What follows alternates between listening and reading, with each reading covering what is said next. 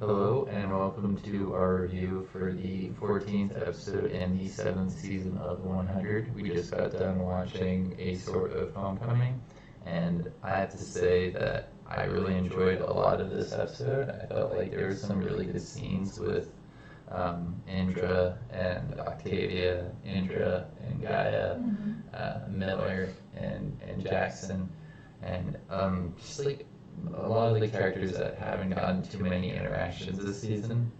I was a little surprised to see Jackson was in this group. I forgot that he got kind of included there at the end, and it was nice because he's one of the main characters that I think people are more invested in, and they wanted to see him have more scenes with Miller. But the way this season just kind of worked out, they separated them, and they were separated for the majority of the season. There's some cool callbacks to what Miller did earlier and how he didn't forgive Bellamy, and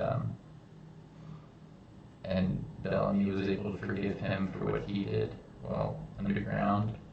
So yeah, it seems like a nice realistic thought to be going through that character's head at that point in time. Like, that just happened. Poor Bellamy. Like, he would have done more for him, for Miller, than Miller was able to do for Bellamy. At least that's how I feel about that. I don't know. How did you feel about Hope and Jordan? The whole romance. I thought you were going to ask me about Miller and Jackson. Or any of it. Like, what did you like? I mean, I thought that the Miller and Jackson stuff, I was a little disappointed in it, to be honest, because there's been basically none of that representation in the whole season, and all of a sudden it's if you, I don't want to be that person who's it's being thrust in our faces, but I don't think it was, but I kind of wish there had been a little bit more build up, This individually for each character. We checked this box, we did it, and right? Now people can't say we didn't do it. Yeah. But I'm happy that it's there, because it's nice to see those characters get back together, but I'm also I kind of wish there had been a little bit more I don't know, yearning or something, any kind of reminder that they were actually a thing. I don't think there was much of that. Yeah. During this whole season. So slightly disappointed about that, but overall, yay! They got back together. I thought it was good because probably the big part of why they hadn't had a lot of scenes with them is some executives, for whatever reason, were like, no, you can't do that, or else we won't bring you back for the next season. If you don't do what we say creatively, then we're not going to. I think it is part of the politics of a big business, of a big franchise like this, and this is the last season, so they knew whatever resistance they got, they were just going to deal with, and so I think they just kind of went with it.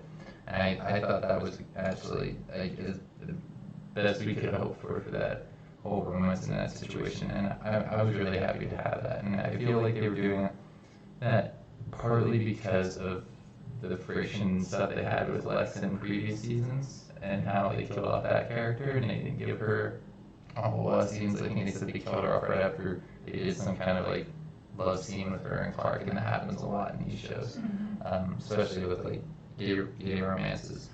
And so it'd be lame if they went off and just killed Miller or Jackson in this episode or next episode. But I don't entirely think that's off the table because of the way they killed. That just went off. Well, they just killed killed. One of them down there. They just killed Gabriel, I think, and they just killed Bellamy. We know that. And there's probably some other characters that will get killed in the next episode. I think we're not done with all of the loss of life, because it just makes sense, this being the last season, that they're going to be more willing to kill off some of these main characters that we've grown to love, because well, there's no need for them to keep them around. There's not going to be a next season. These actors don't need to have that job security. You don't want that. They can't really desire that. I thought what was really interesting at the beginning of this episode was the thing with Cadigan kind of being in Clark's head. He said something about a nano tracker on the planet, and that really reminded me, when it didn't come into play at all in the rest of the episode, that really reminded me of the way she started to see Finn when Finn killed himself. or she killed Finn. She had that episode where the boyfriend was like haunting her, Uh-huh. and so I feel like that could have been related. It could have been like a callback to her trauma and how she kind of sees things sometimes. But I don't know if that's going to come back into play in the next episode because it didn't have any effect from what I can tell and how Yeah, I thought that. Shade Hated was, Well, I thought that was amazing. more of like a, what do they call it? Foreshadowing of what, how Shihada was gonna get back, because that's basically the same sort of thing, right? Maybe, but it was Cadigan, and it seemed like he knew more than he did at that point in time. I mean, from what I could tell. Wait, I'm confused. What was the nano tracker? I thought that was just something that whisked him away back to his planet? Oh, he's got yeah. What did Okay. you think it was? I was confused by that scene because I'm pretty sure the nano tracker was like, oh, gonna get all your nanos and whisk you back.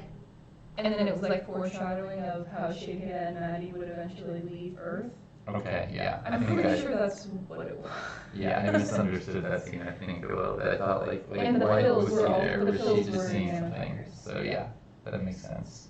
Oh, so they probably will use more of those pills later. Can I just say also, like, I was pretty, like, kind of not disappointed, but like, why did nobody just swing a sword around and try and hit Shigehida? Yeah, when Like, he came they out all of the know that portal. they can be invisible. Yeah. Except should've had a maybe trap. Gaia, but like I think they all knew. So what the heck? Nobody thought I had enough to make like a trap in order to, you know, keep anybody from coming through, which is pretty dumb. Why wouldn't they just like make the room not have I know they didn't have oxygen enough or time, but something? like it did seem like kind of a strange episode. Mm-hmm. I don't know. But well, I can talk about Hope and Jordan now. Yeah, go for it. Called it so like I don't know. Does anyone remember when I called that? Because it was a long time ago. But It was pretty early on. it was we like just beginning kind of of the season. connected. As soon as it was like Okay.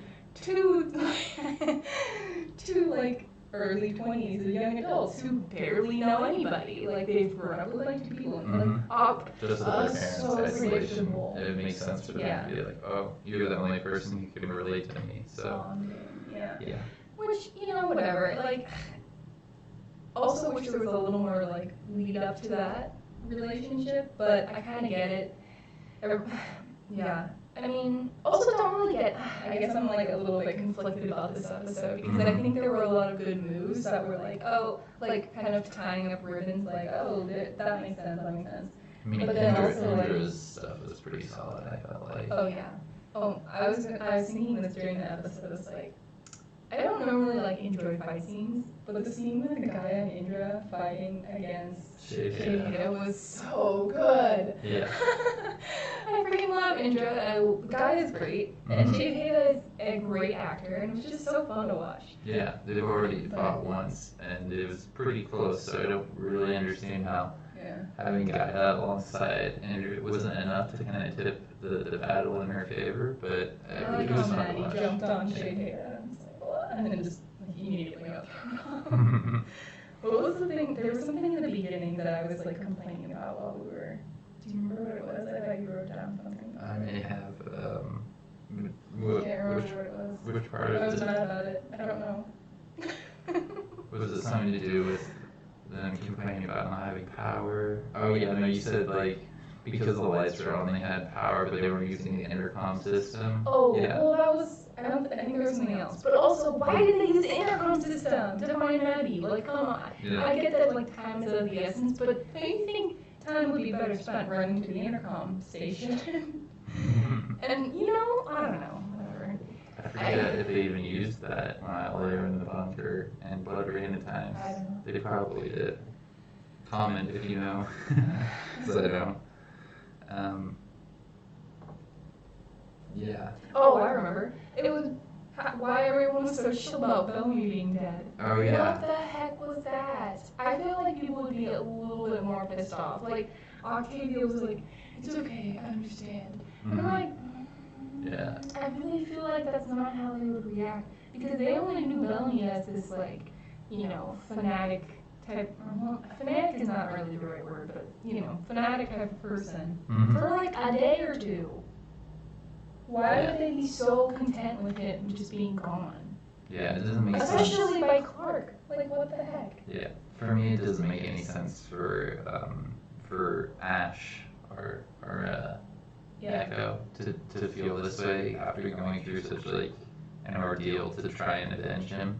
I guess that could change her point of view, the way she sees the world, but I just don't feel like it would have changed it like that quickly. Mm-hmm. It just doesn't make a lot of sense for her character to feel that way. With Octavia, I can see it because I don't know. She's just kind of like she seemed to become very regretful of taking like the brutal choice, the brutal option to survive. She seems Mm-hmm. more likely to forgive. That doesn't mean she expects everybody around her to do that. I think she's more willing to get along and forgive. And, yeah, I don't know. It does seem more in character for her. Yeah. I just think it's another sort of like slap in the face about Bellamy's death. I think a lot of fans will feel that way. Like, wow, no one even was like, like that upset. I mean, like. Yeah, and then At least the way Gabriel they showed had it, like nobody was kind of sad afterward, unless they're saying that drinking is sad. But like nobody except Nyla was really getting drunk. So. Gabriel almost had a better death because he got to like talk and stuff after he was like on his way out. Although that was a little unbelievable. Like he's like, no, let me die. And they're like, but he could try and save you. We probably could do something here. I'm actually okay with Gabriel dying because that was something that he really wanted for so long, you know? Yeah, he was ready to die. He was ready to die. He also wanted to get back to his people, and all of them are dead, so it's like at least he doesn't have to deal with that whole situation. I mean, he's been living such a long time, like, kind of alone and pondering, like, why was I made this, you know, etc., whatever. Yeah. So, I'm okay with him, like, accepting it, but I don't think he needed to have quite so brutal a death. Like, that was really intense. This is the 100. I was like, okay, like, he got stabbed. Like, that's pretty par for the course for the 100. But then, I feel bad, like, giggling, but oh my god, that was really, like, kind of messed up. And then he was, like, able to talk afterwards, which is a little weird. I was a little surprised about that. I feel like he would have been a little bit more, dead by the time they all showed up. It's served the plot better, so I'm like perfectly okay with it. It just makes me like go a little bit like, yeah. I just feel like that's kind of like the tone for the episode. Like, it was good and interesting, but also I've got a lot of questions that, and yeah, some of this weird stuff that went on. But okay, wait, what else do you have to talk about? Well, Miller talked about his dad. That was another thing that they called that back, and I like that character. They mentioned how he gave up his spot in the bunker for Miller, and I actually forgot about that, so that was cool to see. Not when she went into the vents, that will definitely come into play in the next episode. I thought that would come into play in this one, but... Well, but I'm guessing that's how they're going to try and get out. Yeah, I mean, I thought she'd jump out the vents. Like, I thought when Gabriel was sad that she was going to have to be the one to run through and save Maddie, but yeah, now it's just like the door's busted. Well, the whole thing, I mean, I'm interested to see what'll happen next episode. I don't, like, they showed some people who were down there as surviving, but I don't know how the heck they're supposed to get out. Yeah, it'd be weird if one of them just died from the rubble, but...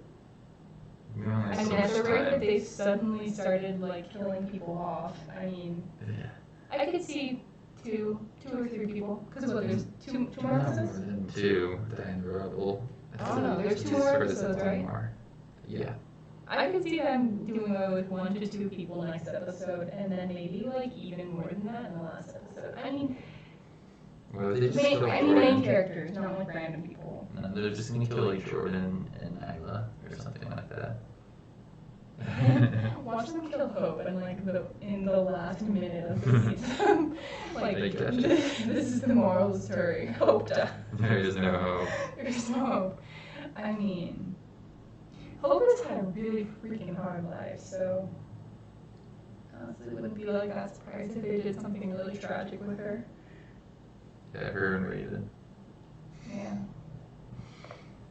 Maddie was mad at Clark, obviously for like killing Delaney for her. Like that's not what she wanted, but also for taking her away. I mean, that was just like it wasn't even necessary for her to say it. It was just kind of obvious, but at the same time logical. And it's good to see Maddie's, I guess, standing up for herself a little bit more, trying to like It's kind of funny. decide her own fate. Yeah, the line where she's like, "You ruined my life."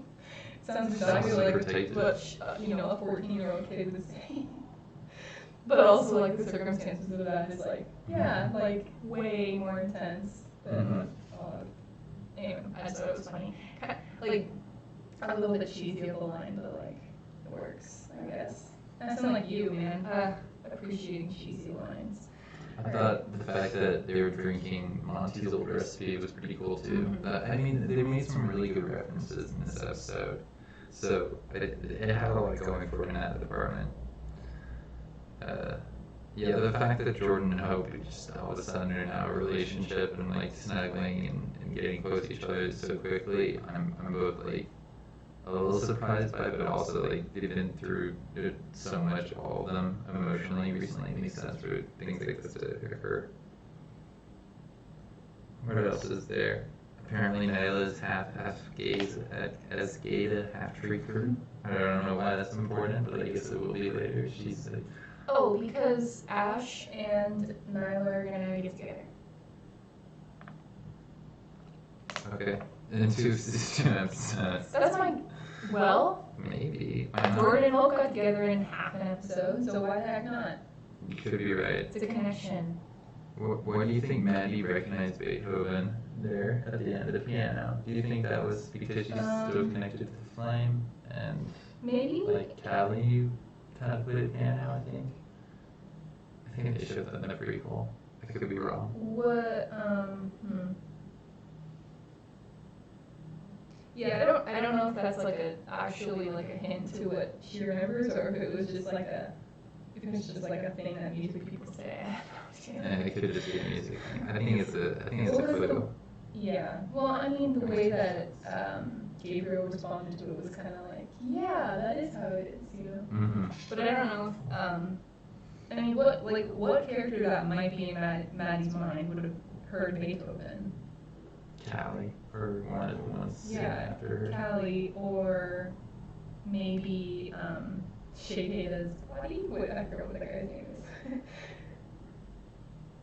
Oh, Russell. Russell, but is he in her head, or? No, he never had the flame, but I think Allie did. Or not Allie, Becca. Yeah, Becca, that might be where it came from. She seems like the type who would know Beethoven. I don't know if Callie might, but. I thought it was cool that they mentioned Lincoln, and Oh yeah, that was a throwback. Dang. Like, that was a long time ago when Lincoln was around, huh? Yeah. That was like season 1 or 2? I mean, he was around in, I think, the second season and the third season, and Maeve died in the third season. Yeah, he was around for a little while. He was in the first season. He was like the first grounder they met, so. Yeah. He was around for a little while. I also like that Gaia and Indra had that conversation about their relationship and Octavia and how that comes into play, because obviously Octavia and Gaia and Octavia have they've worked together for a long time. They got pretty close. They know each other, but it's a little bit of an awkward conversation, and these people know now that like it's so easy for them to get separated and have no idea. We could die. Yeah. I don't know. What else is there to say about that? Also, Maddie misses her friends. She wants to bring the others to the planet they're on. Murphy wants to do that. He's like the hero now. Amori had a pretty cheesy line about it, but hey, they're allowed to have some of those. Yeah. I don't know. Is there anything else you want to add before we wrap up here? I don't think so. Overall, I thought it was, I think I said it a couple times, an interesting episode with some confusing pieces. But I think that might be how the rest of the season goes at this rate. Because the last episode was kind of similar. Like, why are all these things happening? What's the end game? What's the plan? I've always been impressed with the season finales in this show, so I'm very hopeful. I think that all of the confusing elements of this episode and the previous ones will start to make sense once we see the final product, because that's generally how I felt in previous seasons. Like, they were just kind of setting up all the pieces to give us as much as possible. Like, sometimes they put an hour and a half's worth of content into an hour. They'll do like a two-part type season finale where it's like 2 hours, but then like that last hour, there's so many scenes, so many explosions and CGI. And sometimes it doesn't make sense of what they cut out. Like, you'll be like, logically, how did this happen? Yeah. It's fun, so I'm excited. But we'll see you around. Have a good one.